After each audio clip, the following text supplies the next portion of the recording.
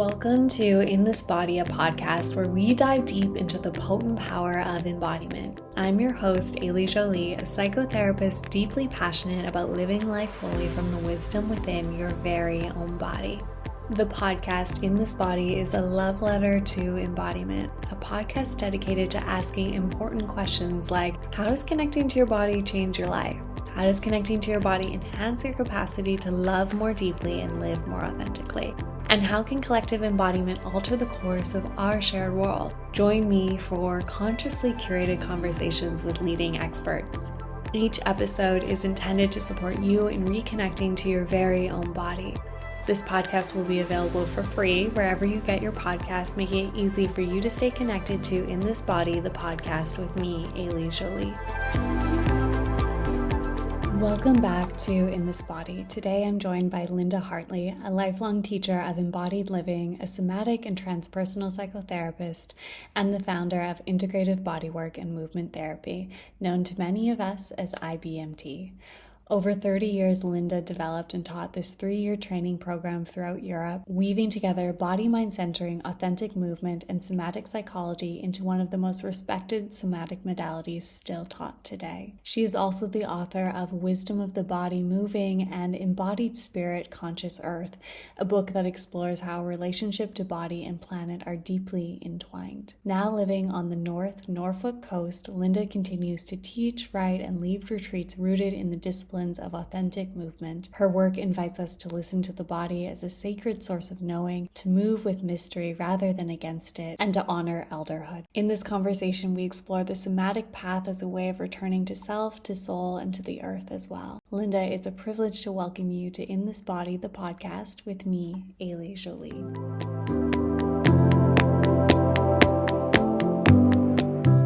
So I have started asking every guest the same question at the start of our time together, and I would love to hear from you. What does being in your body mean to you at this stage in your life?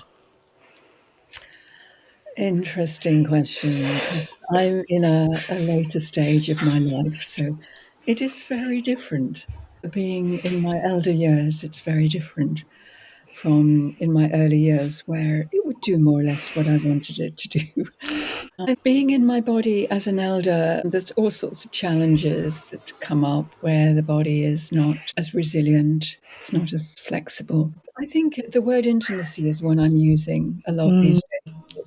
And exploring this a very intimate way that our consciousness, our body, and also the earth body are intimately connected. And we'll get to the connection with the earth body, because that's one of the reasons why I really wanted to have you here today, was to speak about your book that has just come out. But before we get there, I know that you've devoted your life to the body, not just as a structure, but a source of meaning and memory and connection. And your work first came to me when I was doing my master's in depth psychology and somatic studies. We had to read you, and there's so much of your work that I loved. But I would love for the listener who maybe is totally new to you and your work, just to start right maybe at the beginning, if you can share what drew you first into the movement work and into the body-based practice that you then developed. Yes, of course, as a child, movement was very important. I loved nothing more than being outside, running about, playing, swimming. I never considered it as a profession. In my teens, I wanted to be a writer. That was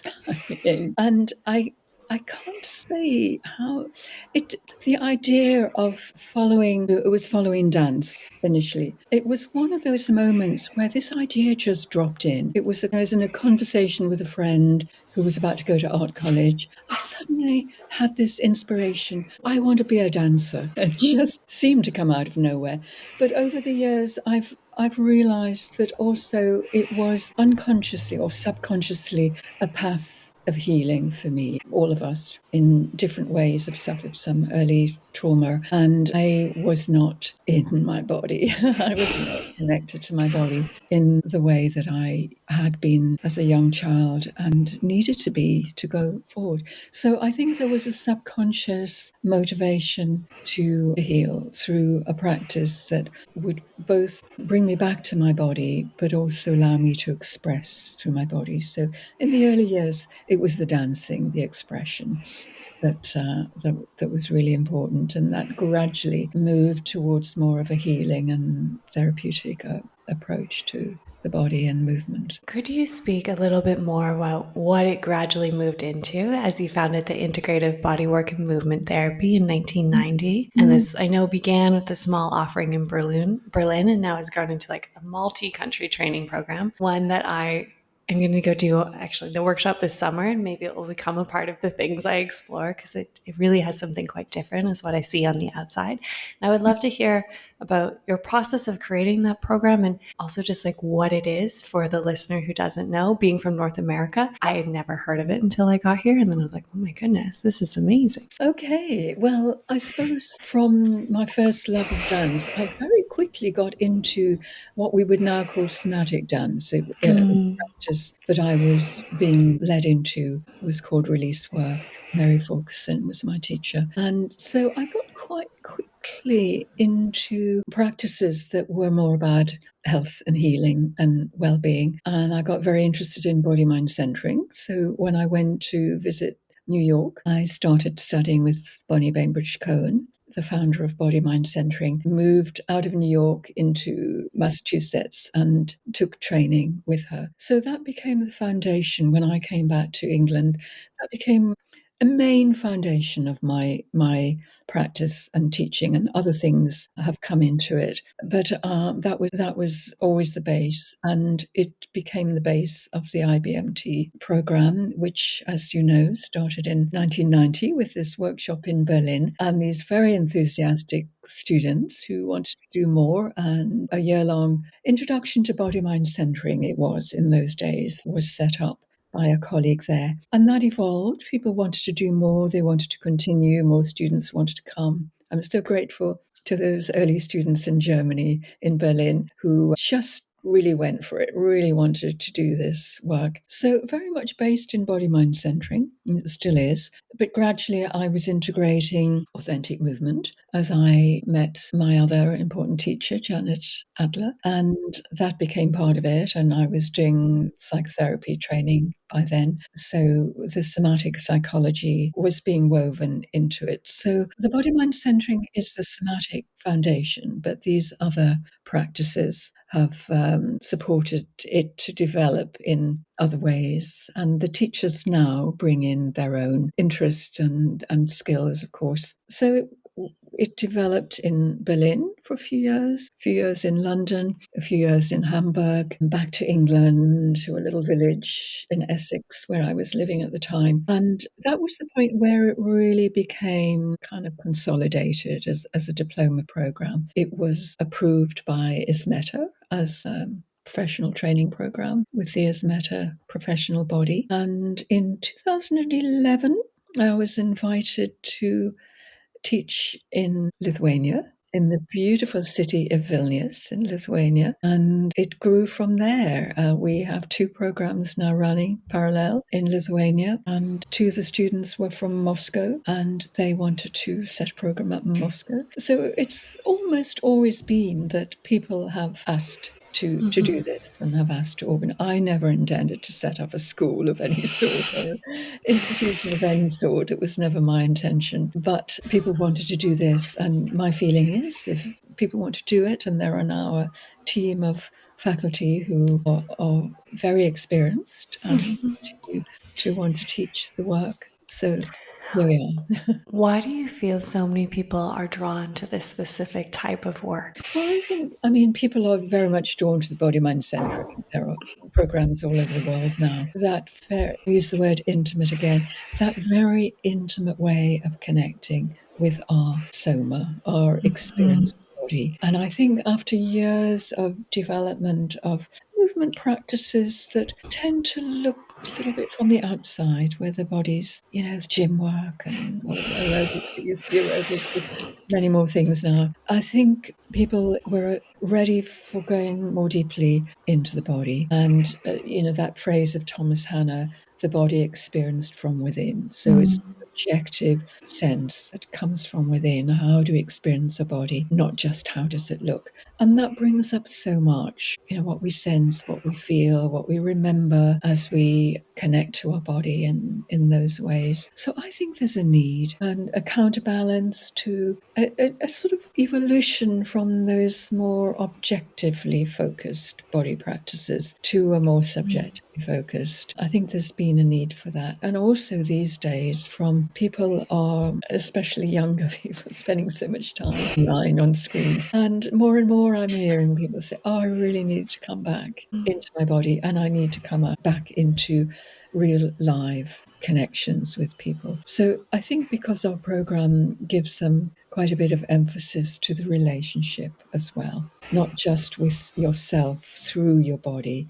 but with others through the authentic movement practice, through the somatic psychology practice. So we perhaps more explicitly address the connection. What is it like to be embodied in relation to others? First, one other in perhaps the therapeutic process, but with a group in a training process. And, that gradually can widen out to what is it like to be in connection with the whole environment, with nature and so on. So I think all of those things, starting with the great value and appreciation of the Body Mind Centering Foundation, and also with the discipline of authentic movement, because people know that this is an important support for the program. For the listener who doesn't know what body mind centering is and authentic movement, I would love if you could describe kind of both of those practices for them so that they have a greater sense of what you've been able to really bring together and create for someone and for those who do go through the IBMT program. Well, Body Mind Centering, founded by Bonnie Greenwich Cohen, who is in America. Whoa, she's something of a genius, I think. She has a capacity for the deepest, most subtle, most nuanced perception of what's happening in her body. So she has this naturally, and she talks about this healing came to her naturally, but she then went about learning what it was she was doing when she was with a student or a client, and magic seemed to be happening. So she studied all of the anatomical body systems in an embodied way. So we don't just learn theoretically about our bones and our muscles and our organs and so on, but we embody them, learn to experience them from inside. What is it like to feel movement initiating from your bones, or to feel the movement through your blood circulation and then allow that to express in the space, for example. So bones, muscles, ligaments, organs, endocrine glands, nerves, all the different fluids of the body. We studied all of this and then we express, we learn about the different qualities of expression. So there is a kind of a psychological aspect there in that we bring out the shadow aspects of our own embodiment because we all have our preferences. We're more organ oriented or more bone oriented, more muscle, more nervous system. So we bring out the body systems that we don't normally express through. So this has a psychological counterpart. So the parts of our personality, if you like, that we don't normally express through. And of course, sometimes that can touch on emotional memory and trauma. Of course it does, because you're going deep into body memory as you work through all of these different layers of embodiment in an experiential way. So we learn about the anatomy and the physiology, and then we bring it into our own body and experience it. So I found when I came back to England and started teaching this work, my students here in Europe really wanted to go deep emotionally as well as into the somatic experience. And so I started my counseling and psychotherapy training because I needed to explore that aspect. I needed to have tools to feel more confident to hold clients and students when emotional or traumatic material was coming up. And I found authentic movement, the discipline of authentic movement, as taught by Janet Adler. And this offers us a beautiful practice, both for exploring more deeply our own or our clients' somatic experience. So essentially in authentic movement, one person or a group of people close their eyes, they step into the circle, and they allow impulses to move them, whatever wants to arise in the moment. So it's a contemplative and spontaneous practice that allows us to give expression to whatever might be coming. And we experience the arising through, maybe we feel a movement impulse, maybe it's sensation in the body, maybe we feel energetic flows, movements in the body, perhaps emotional feelings. Sometimes there's an image or a memory. So, whatever is arising from the subconscious into consciousness, we're allowing it to express in movement. So, it's totally directed by the mover. The witness is holding the space, keeping the space safe enough for the mover to enter this process. And the witness is tracking their own experience. What comes up for me? What do I sense? What do I feel? What do I imagine? We're also trying to be careful to track if we might be projecting onto the mover or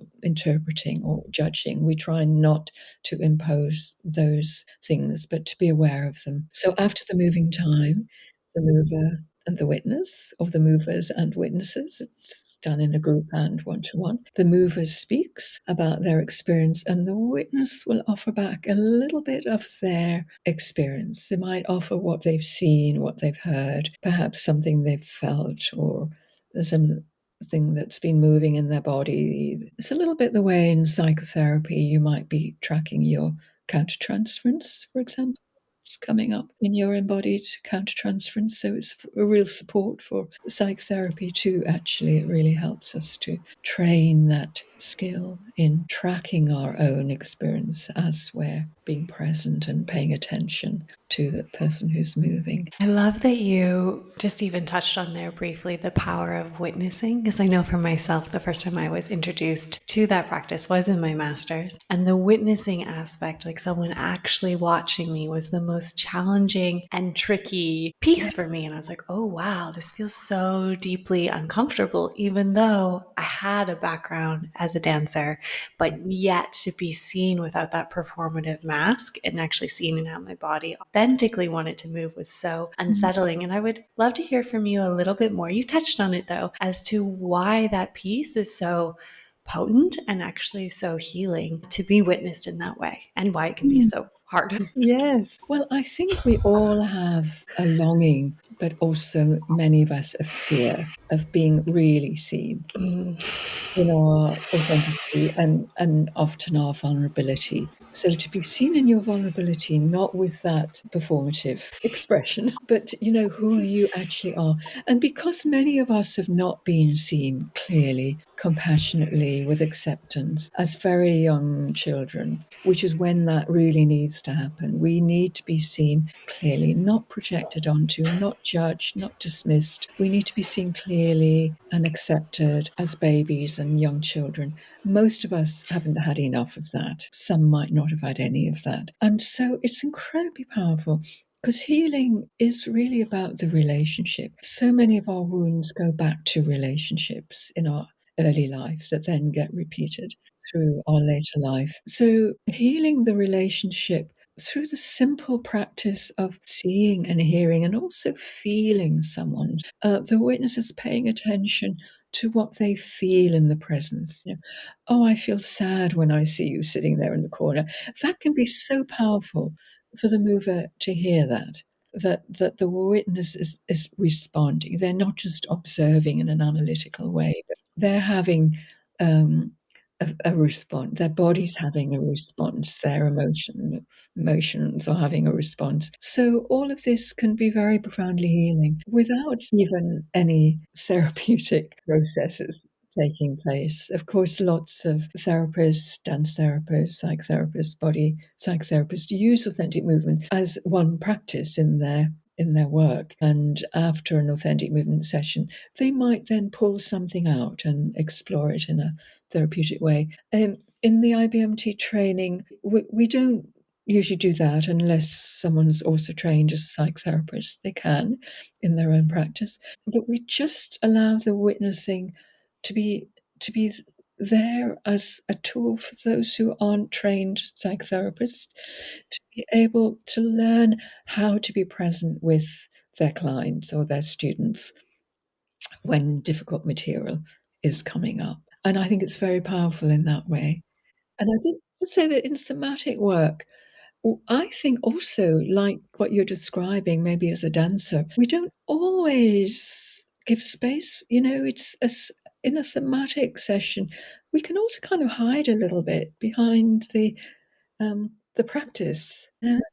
Move from your bones, explore this exercise. We can hide a little bit. So over time, not. People who go through the training, eventually, I think everyone comes in to meet their authentic self. But certainly in the beginning, we can get a little bit lost behind the material that we're learning. So the authentic movement does help us to go a little bit deeper there. Why do you think at this specific kind of moment, somatics and I would say not dance movement therapy, but authentic movement or movement based therapy is kind of having this uprising? And one of the reasons why I created this podcast was because I saw a lot of somatic movement or somatic psychotherapy kind of become this more cognitive performance. I knew for myself, I was like, oh, I could fall into that. And then I'm actually kind of missing the yummy, juicy stuff that this is really intended to give us. And I would love to hear from you if you have any ideas, since you've been in this field for 4 decades, a little 5. I love this, 5 decades. If you have any ideas as to why it is kind of gaining this momentum and why people maybe are more drawn to exploring and healing in relationship, in this specific type of relationship. Yes, well, one thing I'll say is that these practices have been evolving, and I have a little statement about this in the book, what I call nesting. We've been practicing in our studios and our safe circles, beavering away, learning about ourselves as embodied beings quietly. Meanwhile, organizations like As Meta have been growing and doing that outward looking outreach as well as the inward work. I love As Meta. I think they're a fantastic organization. So, on one hand, it feels like we're ready. Somatics is ready. It's grown itself enough. There are people doing research now as well as the professional training programs. So that's one side of it. And the other side of it is the need, which I think, we touched on a little bit earlier. The need, we live in this world, it's so fast, it's so busy, it's so technologically orientated, it's so screen orientated. And I don't know, but it's my guess that people are longing for this kind of being in their body. And then since COVID, I think there's been a real surge since COVID. That recognition, I need to not just be in my body, but I need to be in my body with other people nearby. The difference when we were able to come away from our screens and back into the studios again. Oh, what a blessing that I could meet my students, give them a hug, sit in the space together, and we could feel each other's energy. And so I think it's also part of the collective consciousness it's developing. That we are probably through all this groundwork that's been not just in somatics, in healing and meditation and therapy and all sorts of places, ecology, that we are developing our consciousness collectively. Janet Adler, my authentic movement teacher, was the first person I heard the term collective body from. Now lots of people are using it, and I don't know if it comes through her or if it was already around, but in the 1990s, she was teaching the collective body. And so I think our collective consciousness, our collective conscious body is growing. And this to me is very exciting. I think it's something mysterious that is happening at this period of time. So drawing people to embodied practices, be in collective spaces, to be in relational, more conscious relational spaces. What you're speaking about right now in regards to the collective body, I know ties into your most recent book, Embodied Spirit and Conscious Earth. And I would just love for you to introduce the book and some of the themes within the book to the listener who hasn't heard of the book just yet and hopefully goes and reads it after this. Okay. It sort of started coming together over a period of years, actually. And one of the themes that came together when I was writing an article for another book, from embodiment of spirit, from embryology to embodied relational spiritual practice. And so a part of the book is about the journey of the embryo and the fetus and then the birthing and young infant. So there's a developmental thread. I need to go back first. The first section is a description of integration of my main three practices, which I've mentioned: the somatic dance release work, the body mind centering, somatic movement practice, and the discipline of authentic movement. So I look at those three practices and I weave them together a little bit as a one of many, because everyone is creating their own integration, but this has been my main integration of the kind of practices and tools that I use for the explorations that I then go on to talk about. The next section being about embryology and how these practices can help us to embody our embryological journey, which is absolutely fascinating. And for me, seems to also embody the roots of our relational patterns. So our tendency to relate in this way or that. Trauma can originate there, but also amazing resources. And many people find out when they go back to embodying the embryology that they are so resourced by that. That in itself can be very healing. So we're going through the embryology, fetal development, the birthing, and the early infant movement development, which has been very central to, I didn't say that when I was talking about body mind centering and IBM. The developmental movement is the other really essential part of it. I don't know why I forgot that, because I love it so much. I've always loved the developmental work. And I'm looking at this development, particularly in relation to the embodiment of spirit and how embryology suggests a way in which spirit or consciousness enters the body and evolves and helps to shape along with physical forces that are acting on the embryo, but that there's a shaping that seems to be inherent to the embodiment of the spirit or consciousness. So this is kind of central to the book.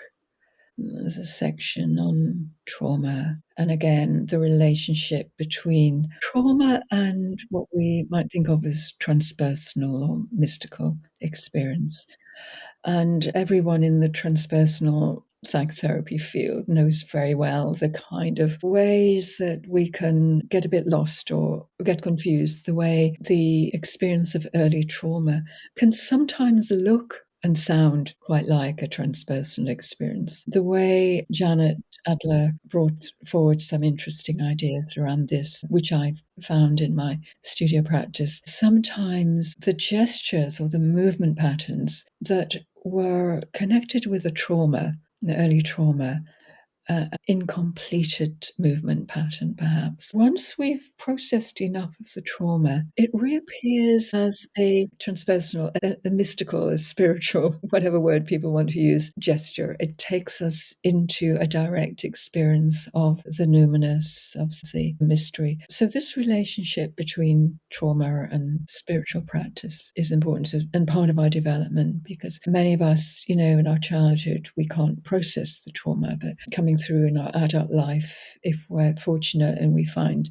practices that help us to do that, then this can be part of our uh, that developmental arc of the embodiment of spirit as we go, as well as the psychological, obviously. And it ends with a section on the communication, connectivity, the cellular body. So going back to the connectivity within the body, between cells, the earth body and our connection, well, in a very similar way. So this expression, whispering between cells, I can't remember at the moment who first said that, but now we're aware of the whispering between trees, and tree roots have this similar networking as our cells, as our brain cells. So yeah, the earth body, which is part of my current interest, and the collective body. And the last part is about aging. So I needed, because of what was happening in my personal life and my family life, I needed to come back to the aging and the death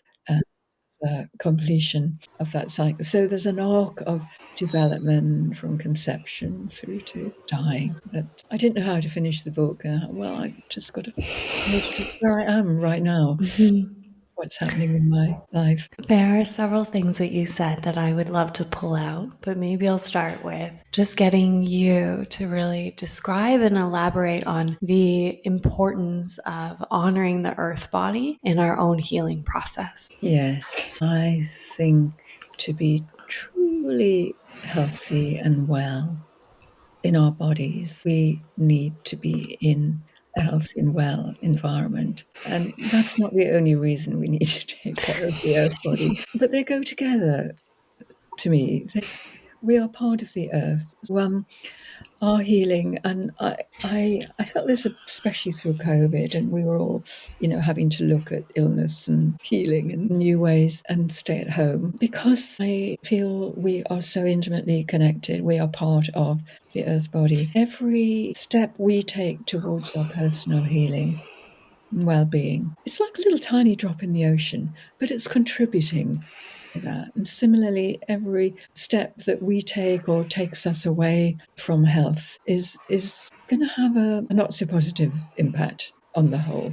So I look at it this way: we are part of the whole, and so what we do in our own healing. And sometimes, if you're very ill, if you're very traumatized, if you're very unwell, and you can't do much out in the world, working on your own healing and seeing that as part of the collective healing and the earth body healing, that feels to me important. We can at least do that. Why do you feel like or believe that that piece sometimes gets missed? I know for myself it was something I had an awareness of, but then 2 years ago, I got bitten by a mosquito that had a rare variant of West Nile. And so when it took me a year and a half, I was really, really sick for a really long time, a year and a half.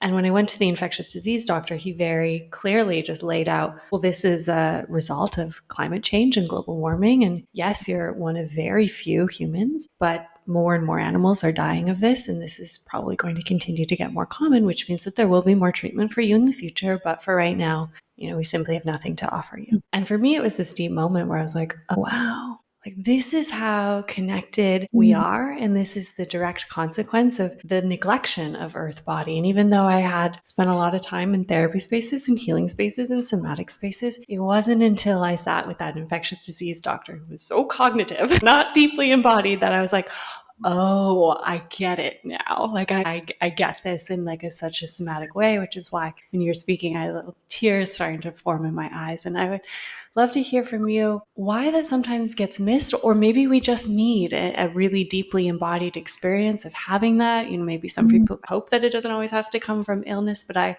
would love to just hear maybe your journey of that and maybe what you've noticed. I mean, illness is a great teacher. Yes.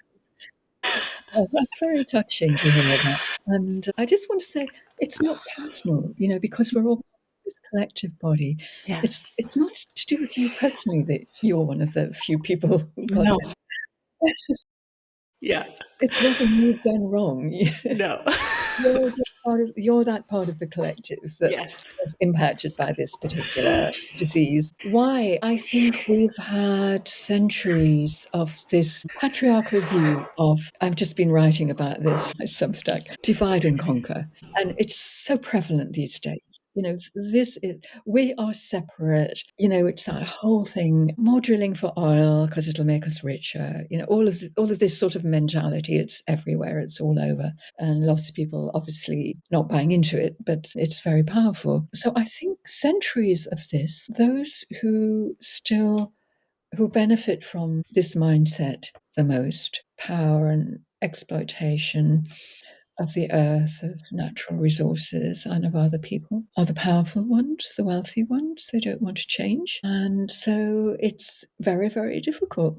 We're up against this. So this whole mindset, it's been entrenched in all of us, but the more individually in our collectives, we can start to question that and challenge it. There is a very big movement of people who are challenging this mindset. Don't yet have the what can I say? I mean, the money, the power structures. But I think this is what gives me hope at the moment, that we have to keep going with this and trust that there are lots of people and groups working towards dismantling that old mindset. Why now? Partly because we need, yeah, because as you say, this kind of like the pandemic, probably came from bats or something like that. It was probably manipulated by humans in some form. And look at all the trouble. So, we need to wake up and pay attention to this connectivity that you have experienced so directly.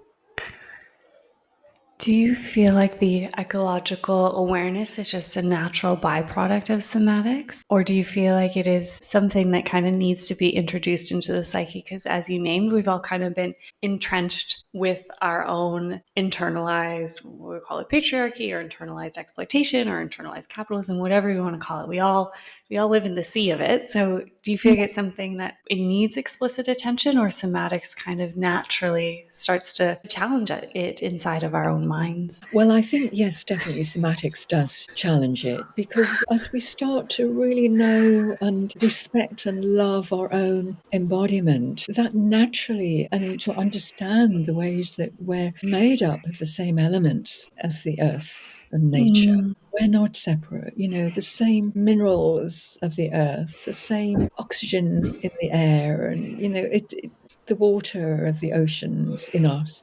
We're part of it. So I think somatics definitely helps people to become more attuned to nature. And you see, for so many people, a love of nature, a love of what is natural. People start eating healthier, more natural food as well. They start spending more time in nature. So definitely that's a path. I don't think it's the only one, because there are people who haven't gone through somatics who are obviously deeply, deeply committed to the healing of the earth and the climate and so on. Something that you touch on in your book, they were kind of touching on right now, is the collective body and the earth body, and the relationship that we have to it in regards to grief. And I would love to hear from you a little bit of this reciprocal relationship of how the grief of the earth maybe impacts our well-being, and how our well-being impacts how we treat the earth, and how that kind of goes around, because you touch on grief in this really beautiful way. If you could say a little bit more about that relationship. I think there's a grief for all that we've lost and that we've done, and grieving is the first step of healing. So grieving what we've done to the earth is probably a really important part of that in order to step forward. And Joanna Macy writes beautifully about this as well. But that had come up for me really strongly, and it was just before COVID began, that these two words, grief and gratitude, were really strongly present for me. The gratitude at the beauty of the world around me. I live in this lovely rural location. I've got beauty all around me. And the grief at what we've been doing to large parts of the earth and the air and the ocean and the beings that inhabit it.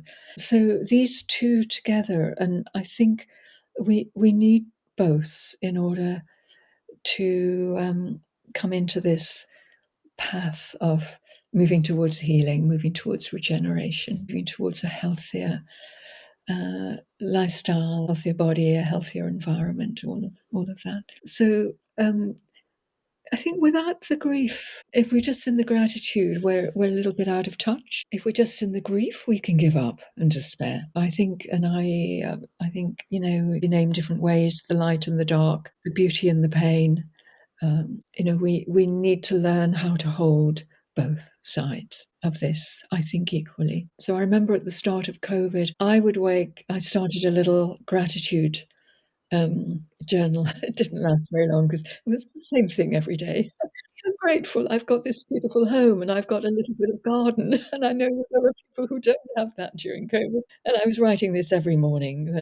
But it stays with me, because I'm really aware I haven't always had this privilege, but I do have a lot of privilege. And one of those now is that I live in a place with a beauty around me.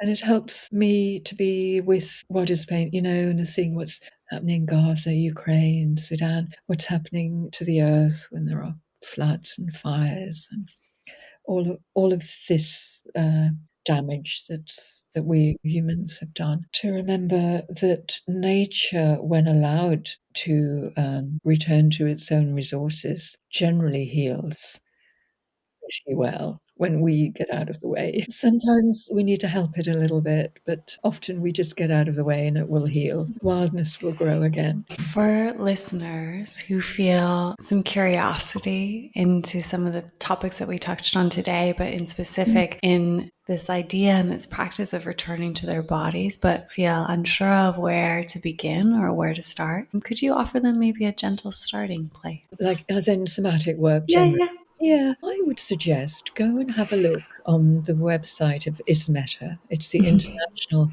Somatic Movement Education and Therapy Association. ISMETA, and you'll see a lot of training programs, a lot of practitioners worldwide. Might feel a bit overwhelming, but go to, your little place on the planet and see who might be practicing near to you. There are people who do online offerings as well, if there's nobody near to you. But I really, really recommend in the beginning to have some live contact, one-to-one or in groups. But if that's not available for you, there are some people doing some lovely online somatic work as well. So that would be my first suggestion. And there are also books that, they have a bookshop there, bookshop list, and even join as a friend or an associate, and then you can become a little bit more connected. I have two final questions for you. The first one being, what do you wish more people knew about being the body or being in their body? It doesn't have to be scary. But if it feels like it, find someone to help you to enter that journey carefully and safely. Because for a lot of people, it can feel scary if there might be some difficult feelings, some trauma, memories. So find someone to help you. And they'll take you through those steps. And then you can probably fly a little bit, join groups, find peers to play with. My final question for you is there anything that we haven't touched on today that you wish to leave the listener with? Any seeds you'd like to plant?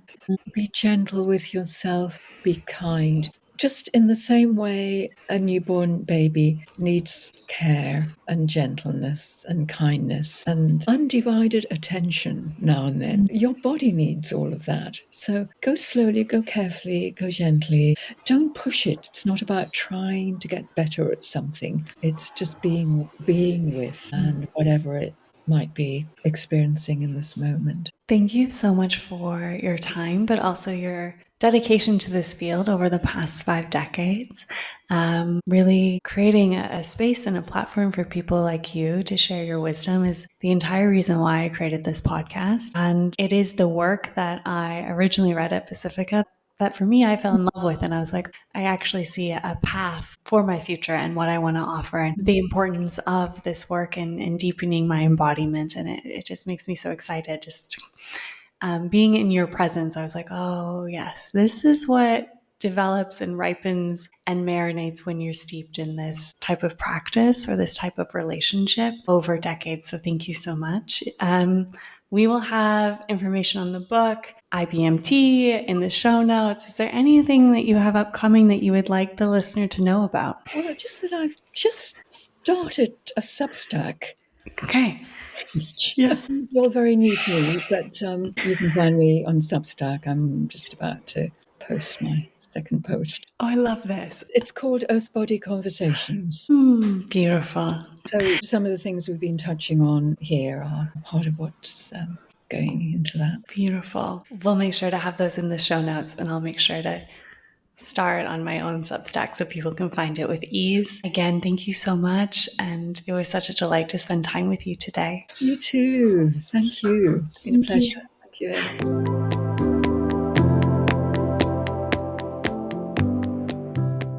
If If you found value in this episode, it would mean so much to me for you to share the podcast with friends, a loved one, or on your social platforms. If you have the time, please rate and review the podcast so that this podcast reaches a larger audience and can inspire more and more humans to connect to their bodies too. Thank you for being here and nurturing the relationship you have with your very own body.